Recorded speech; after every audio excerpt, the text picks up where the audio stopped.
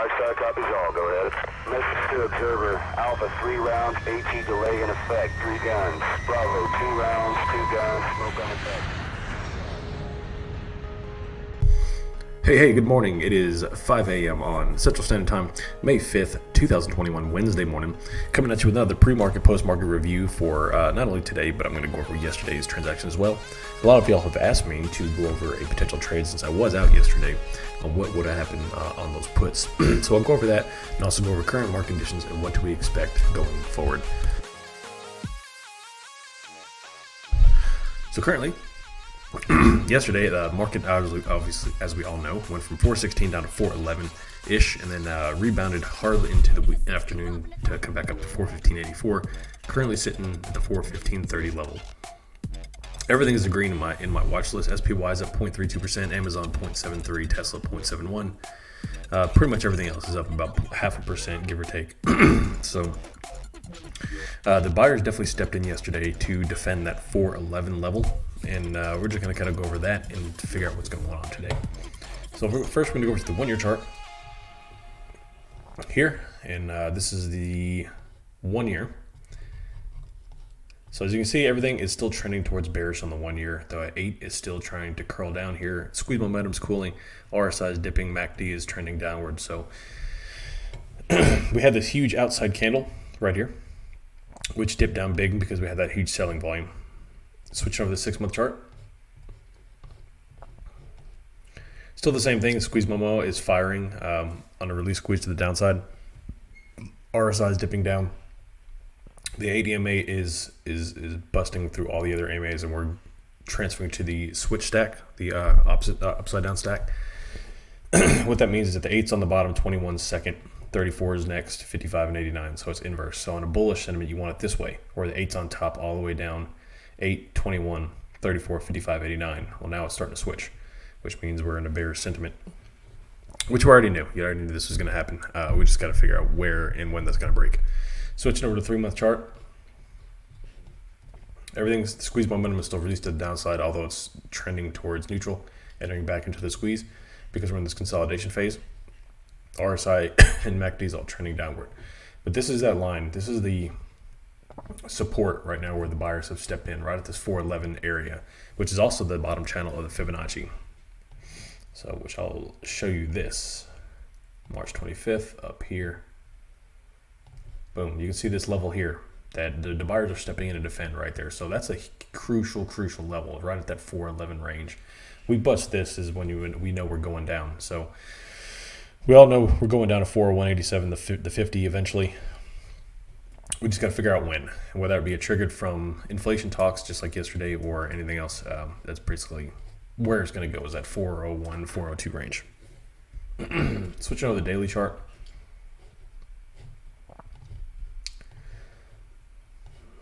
So this is a 15-minute. You see big old selling day and the buyers step in and they just take this right back up. So once again, just right off that 411.50 range, just the buyers really stepped in and defend that level. That's a key support. Key support. 5-minute chart. There we go. So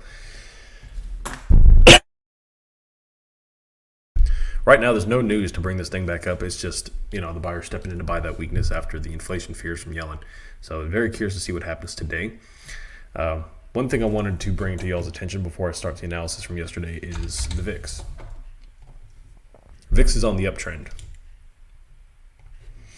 So this is the 1-month VIX chart. So yesterday was the highest the VIX has been in since March. So it peaked about just shy of 22. And the last time it did that is right before we started the trend, this bullish trend. March 25th is when we started this crazy bull trend. And there it is right here. So it peaked on March 25th and then downward. It's been trending down and now we're on the uptrend again right here. We're on this uptrend. So, and of course the highest was in the beginning of March and February right here in this range when the market was going down in February and March. So something to be aware of. The VIX is on the uptrend. If we start hitting this 26, 24 level, you're going to see some blood in the market. So just be cautious of that. We are on the uptrend with the VIX. Switch back to SPY. I'm going to go over this analysis from yesterday.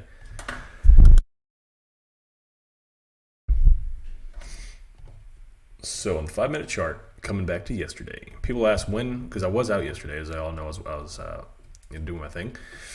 They've asked when would I have entered puts because they were fearful that the market was going to reverse on them sooner. Well, you got to look at the market. One, back at that time, the entire watch list was completely red, big time. There was a lot of blood in the water. It was bearish sentiment yesterday, so you have to take that into consideration. Market awareness is the number one indicator. Everything was super red, super heavy, and selling was big time. All right, so let's look at this in real time. Hit back to replay. I'm going to use the replay feature here and start in the pre-market action.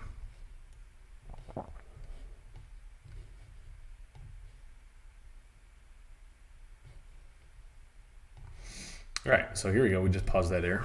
So this was right at the open. So momentarily, where the buyers were there for a couple of minutes, it looks like not even 10 minutes. So if you look at pre-market, we formed new lows in pre-market. Boom, right here at 415. The EMAs were stacked top to bottom right here. 8's on the bottom, and then the 89's on top. So 89's right here, and the 200's up here. So first indication we get is 835. The sellers step in and have this huge red candle here. Squeeze momentum was cooling, so that's something to be aware of. And this is on the 5-minute chart, so let's go ahead and keep looking. All right, here's the first big indication that things are going south. Squeeze momentum turns bright red again. We get this huge candle taken out. I'm still not going to take a position yet because I don't want this thing to get bought up and smoke me. So although it's looking bearish, for a technical standpoint, I wouldn't be taking a position yet. Now, if I'm going by market awareness, there's nothing wrong with testing a put here because the whole market was bright red. Now, you may have faced some downside because maybe some temporary buying the weakness possibly, but the whole market's red. So it's not necessarily a bad play to take a put here based on the market awareness, but we're going to keep on going.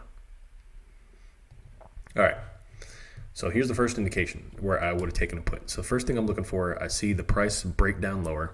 Now, when I see the price break down lower here, what I'm thinking is I want to see the 8 EMA being tested with the price action. If this price action comes up and busts the 8, I'm not going to take it yet. But if it's going to test the 8 or just complete extending from the 8, that's the price action confirmation. So right here is where I would take in the put because not only did the price action not even test the 8, it just extended far from the 8.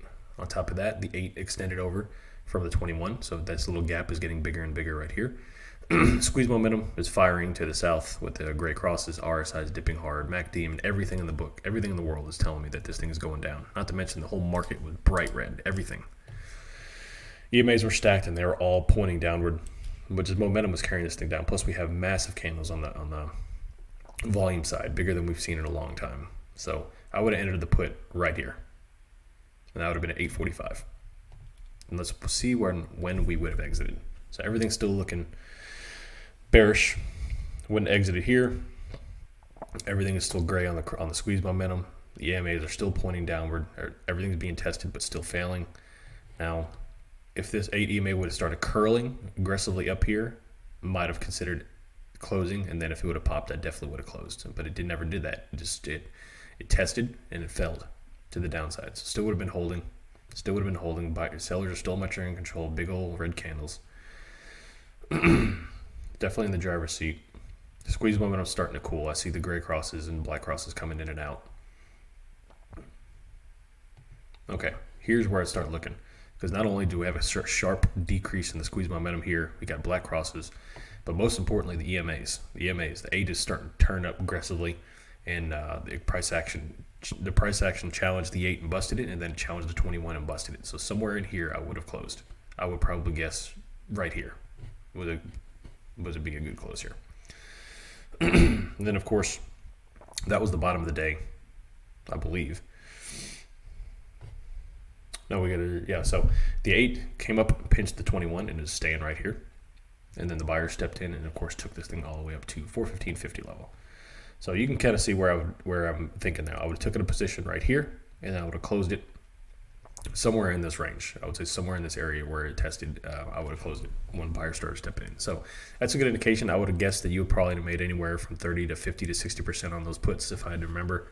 Maybe possibly even more depending on what time frame. But I hope that helps in thinking. Today going forward, I'm expecting possibly a slightly upwards chop day today. I don't expect any aggressive movements, but we're going to play it as it comes. Like I said, chop today, we're 415. Right now, the plays I'm looking at are May 10th 417 calls and May 10th 414 puts. And yeah, so long term, I think we've entered the downtrend. Short term today, I expect slightly uptrend buying from the buyer stepping in. but nothing crazy. I would be surprised if we hit 417.50 today. And then, of course, to this end of next week, and then end of this week and into next week, I would expect further downside. So anyway, I'm Options Millionaire. It is currently 5:05. We've got 3.5 hours till the market opens on Central Standard Time.